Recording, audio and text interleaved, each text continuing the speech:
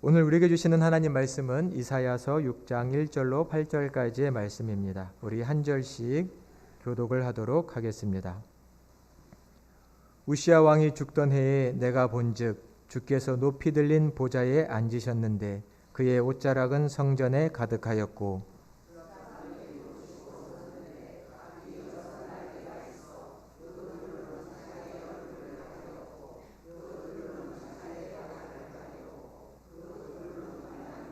서로 불러 이르되 거룩하다 거룩하다 거룩하다 만군의 여호와여 그의 영광이 온 땅에 충만하도다 하더라.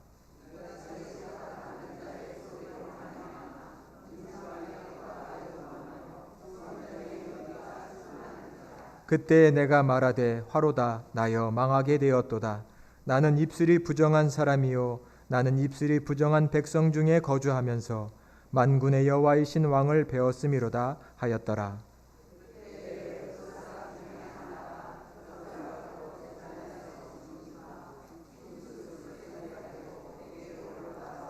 그것을 내 입술에 대며 이르되 보라 이것이 내 입에 닿았으니 내 악이 제하여졌고 내 죄가 사하여졌느니라 하더라.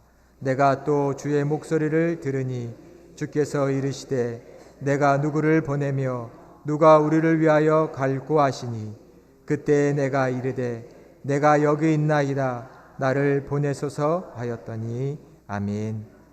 할렐루야. 오늘도 주님의 말씀이 우리에게 새 믿음과 결단 주시기를 간절히 축원합니다. 오늘은 부르심 앞에 서고 걷고 라는 제목으로 시리즈 설교의 말씀을 계속해서 전하려고 합니다. 지난 시간들에는 변명과 정직에 대한 이야기를 나눴고 또 관용과 배타, 또 지난 주일에는 갈등과 화해라는 주제로 여러분과 말씀을 나눴습니다.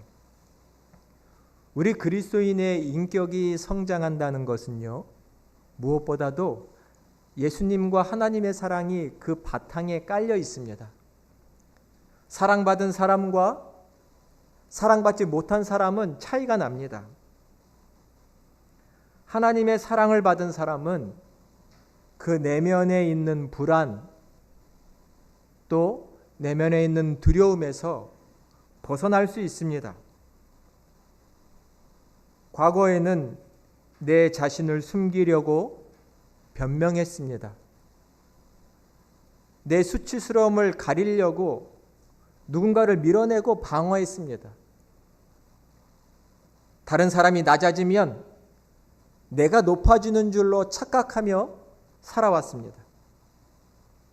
하지만 하나님의 사랑을 또 누군가의 사랑을 받자 그 모든 모습들이 고쳐지고 회복되는 것을 알게 됩니다.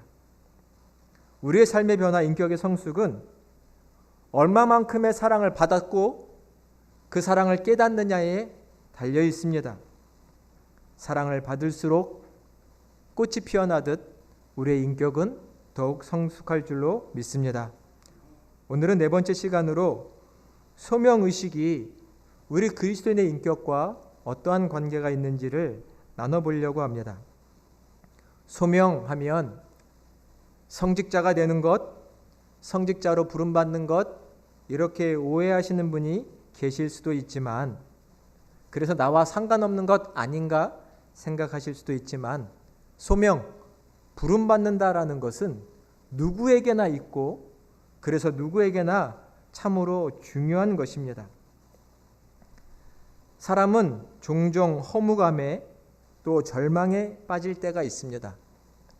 단순히 내가 뜻했던 일, 공들였던 일들이 잘 되지 않아서 사람이 허무감에 빠지는 것, 절망에 빠지는 것은 아니지요.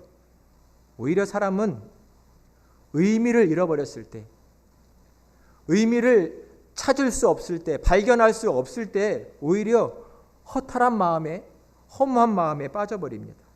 절망합니다. 사람은 의미를 추구하는 존재이기 때문에 그렇습니다. 사람이 갑자기 극심한 아주 좋지 않은 질병에 걸렸다든지 그 질병 속에 고통을 받는다든지 또 전쟁이라고 하는 극한 상황에 놓인다 할지라도 그 속에서 사람은 의미를 발견한다면 인간으로서의 존엄과 그 인격을 계속 지켜갈 수 있습니다. 나는 누군가? 나는 무엇을 위해 어떻게 살아야 하는가? 사람은 늘 이 질문을 스스로에게 던지며 살고 있습니다. 왜냐하면 의미를 추구하기 때문이죠. 그래서 사람이 존재의 의미를 발견하지 못할 때, 내가 누구인지를 알지 못할 때 사람은 깊은 불안에 빠지게 되는 것입니다. 내가 누구인가? 무엇을 위해 살아야 하는가? 우리는 그 답을 가지고 살고 계십니까? 오늘 하나님 앞에서 한번 생각해 보시기를 바랍니다. 인간의 정체성, 인간의 도덕, 종교의 문제에 대해서 깊이 숙고한 캐나다의 철학자가 한 사람이 있습니다. 그 사람의 이름은 찰스 테일러인데요.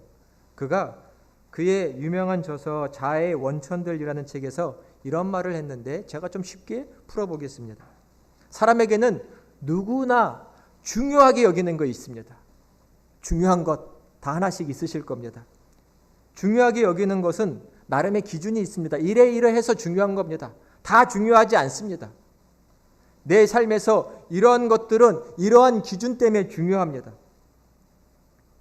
하지만 이러한 기준들은요, 갑자기 뚝딱 생기는 게 아닙니다.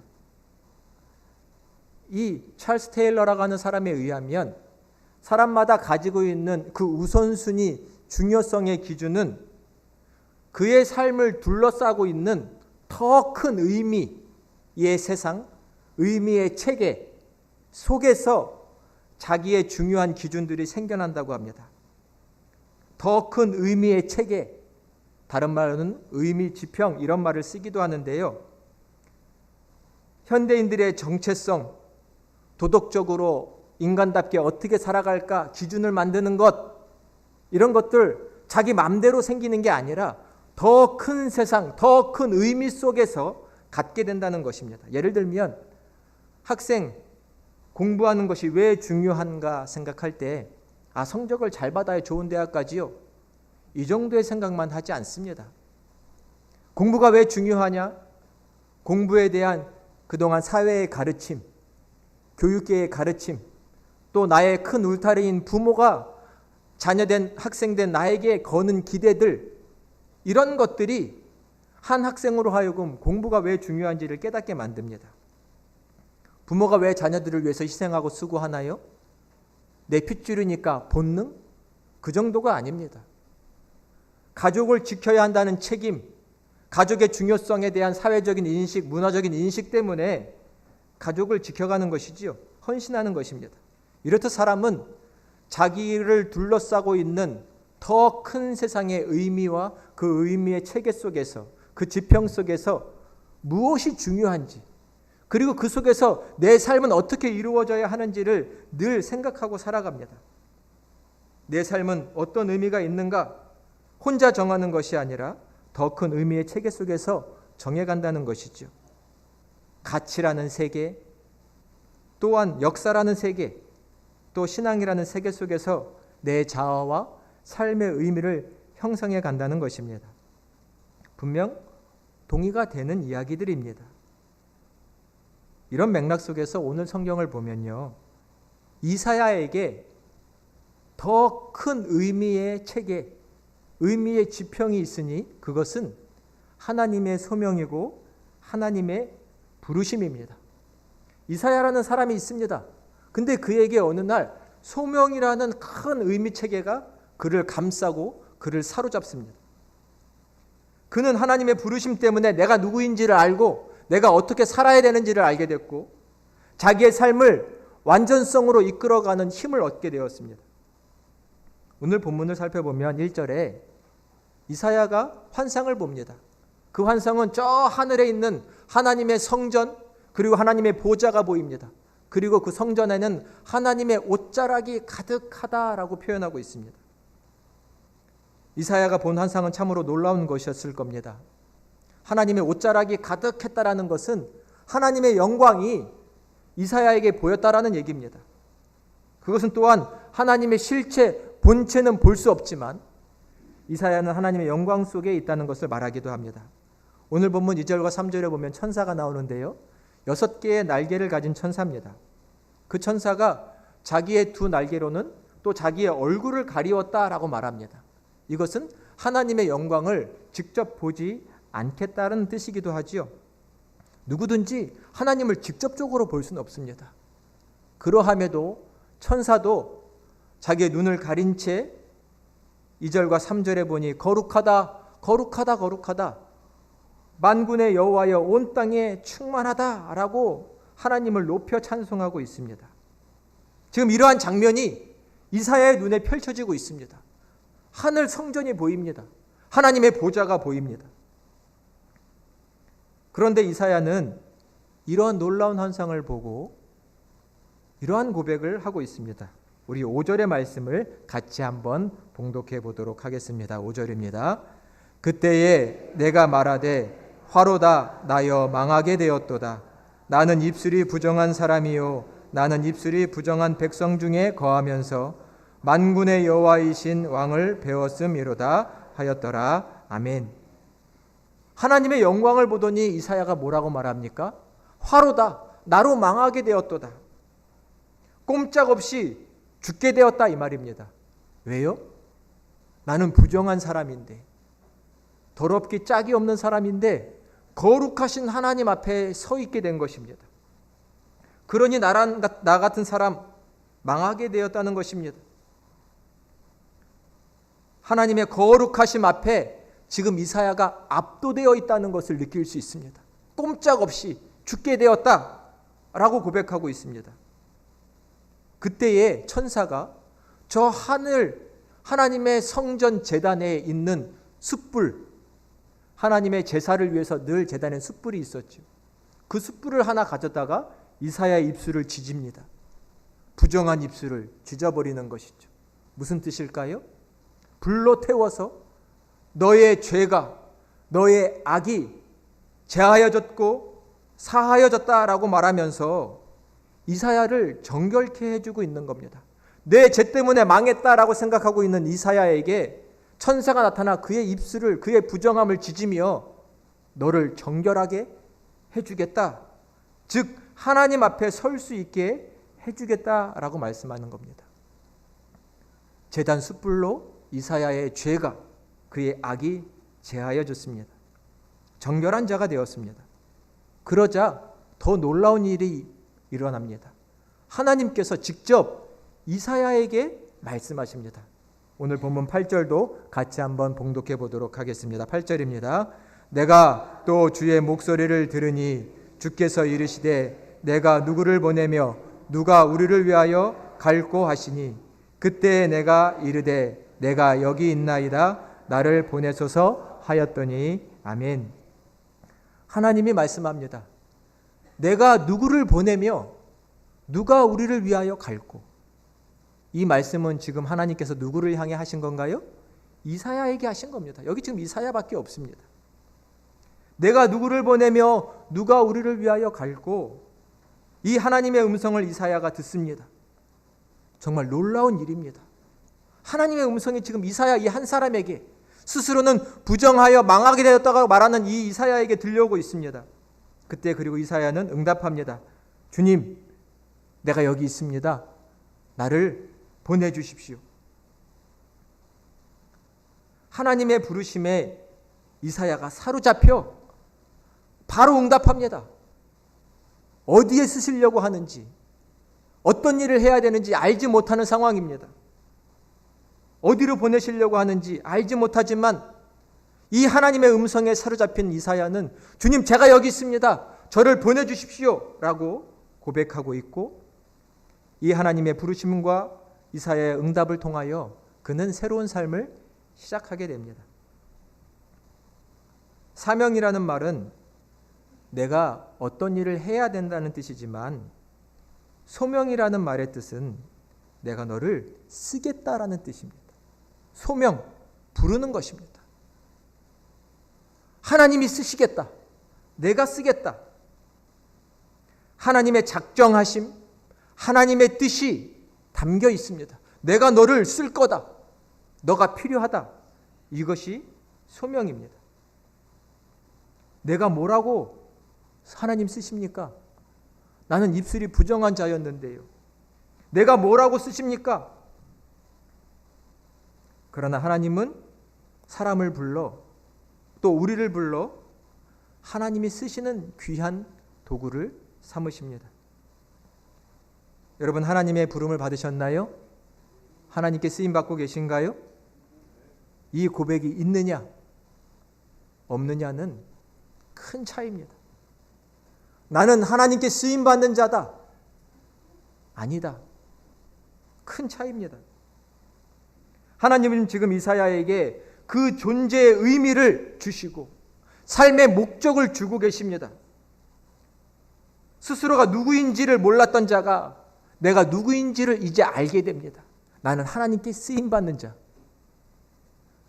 삶의 목적도 방향도 몰랐던 자가 이제는 하나님을 위해 사는 자, 무엇을 해야 할지를 알게 되었습니다. 이사야의 정체성이지요. 나는 하나님께 쓰임받는 자이다. 이러한 고백, 이러한 정체성이 우리 모두에게 있어야만 합니다. 이 하나님의 불가항력적인 부르심은 이사야에게는 큰 사랑으로 다가오고 있습니다. 이 부름은 단순히 두려움이 아니라 사랑입니다. 탕자와 같은 나를 쓰시겠다고 하시는 것이죠. 탕자처럼 욕심이 많았던 납니다. 과거의 우리의 모습을 보십시오. 얼마나 어리석었습니까? 이렇게 하면 성공할 줄 알았고 이렇게 하면 다 잘 될 줄 알았는데 탕자와 같이 방탕했고 실패했고 스스로에게 실망한 나를 하나님이 불러서 쓰신다고 하니 이것이 사랑이 아니면 무엇이겠습니까? 내가 너를 쓰겠다. 나는 부정한 자인데요. 자격이 없는 자인데요. 중요하지 않다. 내가 너를 쓰겠다. 갈릴리의 어부 같은 우리를 불러 쓰시겠다는 겁니다. 예수님께서 제자를 삼으실 때 갈릴리에 있는 어부들을 부르셨습니다. 당시 어부들은요, 배우지 못한 자고요, 가진 것 없는 사람들입니다. 착취를 당하는 사람들입니다. 밤새 물고기를 잡아도 근근히 먹고 살 수밖에 없는 정도의 사람들이었죠. 가진 자들에게는 나고자 실패자라고 도장 찍힌 사람들입니다. 스스로에게도 희망이 없다고 말한 사람들이죠. 그런 그들을 불러 예수님이 제자를 삼아 복음을 전하는 자가 되게 해주셨듯 갈릴리 어부 같은 우리를 하나님이 불러 쓰시겠다고 하니 이것보다 더 큰 사랑이 어디 있습니까? 나 같은 죄인을 불러 쓰시겠다고 하니 이만한 사랑이 어디 있습니까? 이 사랑을 깨닫는 저와 여러분이 되시기를 간절히 축원드립니다. 이것을 알면요, 이 사랑을 알면 내가 바뀌는 겁니다. 나 같은 자를 주께서 불러 쓰시겠다고 하는 이 사랑을 알면 내가 바뀌는 겁니다. 이 사랑 때문에 내 삶에 의미가 생겼습니다. 이 부르심 때문에 나라는 사람이 자존감을 회복하게 됩니다. 하나님이 불러서 나를 쓰시겠다고 하니 그로 인해 생긴 이 자존감은 내 인격을 성숙하게 하는 토양과 같은 것이 되는 것이죠. 세상 속에서는 때로는 가치 없는 자처럼 여겨졌나요? 스스로 봤을 때 그럴 수도 있습니다. 그러나 그런 거 중요하지 않고 내가 너를 쓰겠다고 하실 때 이 부름받은 자의 자존감은 얼마나 놀라운 것일까요? 그러나 이 하나님의 부름을 깨닫지 못하고 여전히 스스로를 가치 없는 자로 생각하는 사람들이 있습니다. 여전히 내 부족한 모습이, 내 수치가 드러날까 봐 꽁꽁 숨어버립니다. 아담이 죄를 짓고 나무 뒤에 숨었던 것처럼 말입니다. 혹 누군가에게 내쳐질까, 버림받을까 불안해하고 두려운 마음으로 오히려 사람들과 관계를 맺지 못하고 밀어내고 방어하고 공격하는 그런 사람들이 있습니다. 내 인격이 자라날 수가 없습니다. 다른 사람을 낮추면 내가 높아지나요? 그럴 수 없지요. 그런데 그런 생각 속에 살아가는 사람들이 있습니다. 그런 부끄러운 모습들 천사가 이사야의 입술에 제단 숯불을 댔을 때 정결해졌듯 나를 부르신 하나님의 사랑이 내게 와 닿을 때 내 이 모든 부끄러운 모습들은 눈 녹듯 사라지고 깨끗이 제하여질 줄로 믿습니다. 그래서 우리는 하나님의 사랑, 나를 불러 쓰시겠다고 하는 그 하나님의 사랑을 깊이 깨달아야 하는 것입니다. 하나님의 사랑을 알면 더 이상 도망칠 필요도, 숨을 필요도, 방황할 필요도 없습니다. 하나님만 보입니다. 나를 쓰시겠다고 하는 그분이 보이는 것이죠. 거기에서 내 삶의 의미와 내 삶의 가치가 분명해지는 겁니다. 진정 우리는 우리 각자를 부르신 이 하나님의 소명을, 부르심을 알아야만 합니다. 그래야 내 삶은 방황하지 않습니다. 소명은 우리의 삶에 방향을 줍니다. 표대가 세워지면 우리는 표대를 바라보고 뛰게 되어 있지요. 삶의 목표가 생기면 우리는 그것을 위해 정진하며 살아가게 되어 있습니다. 여러분은 지금 어떤 표대를 가지고 살고 계십니까? 표대가 보이세요? 하나님께서 내게 주신 그 표대가 있으신가요? 그것을 보고 달려가기도 하고 열심히 뛰어가고 계십니까? 우리의 부름의 자리와 내 삶의 목표는 어디에 놓여 있습니까? 사도 바울은 에베소서 4장 1절에서 그가 개척하고 양육한 에베소 교인들을 향해 이러한 말을 했습니다. 너희가 부르심을 받은 그 일에 합당하게 행동하라. 성도들, 너희를 하나님이 부르셨습니다. 부르심의 목적이 있고 표대가 있습니다. 분명히 가야 할 방향이 있습니다. 그럼 그 방향에 맞게 걸어가라, 행동하라, 순종하라, 따라가라. 표대를 향한 방향에 맞춰서 살아가라고 말합니다. 신자의 삶을 정의했습니다. 부르심에 맞게 합당하게 살아가라. 아무리 그리스도인이라 한다 할지라도요, 나를 부르신 하나님의 부름과 소명을 모르면 우리는 방황합니다. 오늘은 이렇게 살았다가 내일은 저렇게 살았다가 앞으로 갔다가 뒤로 갔다가 정신이 없습니다. 아무리 분주해도 내 삶의 의미를, 가치를, 보람을 느낄 수가 없는 겁니다. 우리 신앙인의 보람은 어디 있습니까? 나를 부르신 하나님, 나를 쓰시겠다고 하시는 하나님, 그 부름에 응답하여 오늘도 내일도 계속 살아가는, 그 부름에 합당하게 살아가는 내 삶에 보람이 있는 것이죠. 거기에 행복이 있는 것입니다. 그래서 바울은 에베소 교인을 향하여 표대를 바라보고 그에 합당하게 살아갈 수 있도록 노력하라고 권면하고 있습니다. 어떠신가요? 우리는 지금 나를 부르신 하나님의 그 부름에 합당하게 살아가고 있습니까? 아직도 몰라 방황하고 있습니까? 열심히 사는 것 같은데 보람이 없고, 땀 흘리는 것 같은데 열매가 없어 허망하고 절망하고 계신 건 아닙니까? 표대를 바라보고 표대를 향해 정진하며 나아가라. 이러한 삶은 우리에게 일관성을 줍니다. 일관성, 한결같은 모습을 줍니다. 표대를 바라보고 계속 가면 그쪽을 향한 관성이 생기는 것이죠. 한결같은 모습이 생기는 것입니다. 그런 일관성이 우리의 인격을 자라나게 하는 양분이 됩니다. 매번 손바닥 뒤집듯이 뒤집는 인생이 아니라 하나님께 마음을 정하고 부르심의 방향에 작정한 대로 살아가는 사람에게는 그 일관성이 그의 인격을 아름답게 다듬어주게 되는 것이죠. 일평생 병원 건물의 옥탑방에서 기거하면서 밤낮 쉬지 않고 환자들을 치료해 준 의사가 있습니다. 그는 특히 가난한 사람들, 돈 없는 사람들을 치료해 주는 것을 자기의 소명으로 생각한 분이었습니다. 돈이 없는 환자들, 자기의 월급을 가불해서라도 병원비를 내주면서 치료해 준 의사였습니다. 대단하지요.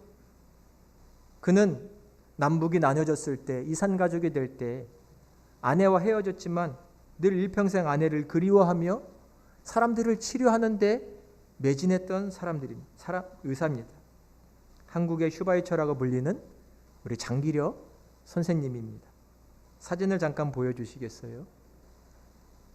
다 아시겠지만 우리 장기려 선생님은 일평생 특히 가난한 자들을 치료하기 위해서 애쓰신 분입니다. 그것이 나의 소명이다라고 생각한 분입니다. 어느 날 경찰청에서 전화가 왔습니다. 선생님 이름으로 발행된 수표를 어떤 노숙인이 가지고 왔습니다. 혹시 도난당한 거 아니신가요? 전화가 왔습니다. 깜짝 놀랐습니다. 그리고 경찰서로 빨리 달려가셨습니다. 사실은 제가 이 노숙인 분을 도와주려고 했는데 가진 게 없어서 제 월급 수표를 줬습니다.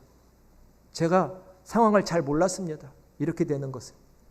제가 이 노숙인 분을 매우 곤란하게 만든 것 같습니다. 죄송합니다. 이 선생님이 사정을 하고 사과를 했습니다. 그 정도로 가난한 자, 아픈 자를 위해 헌신했던 분입니다.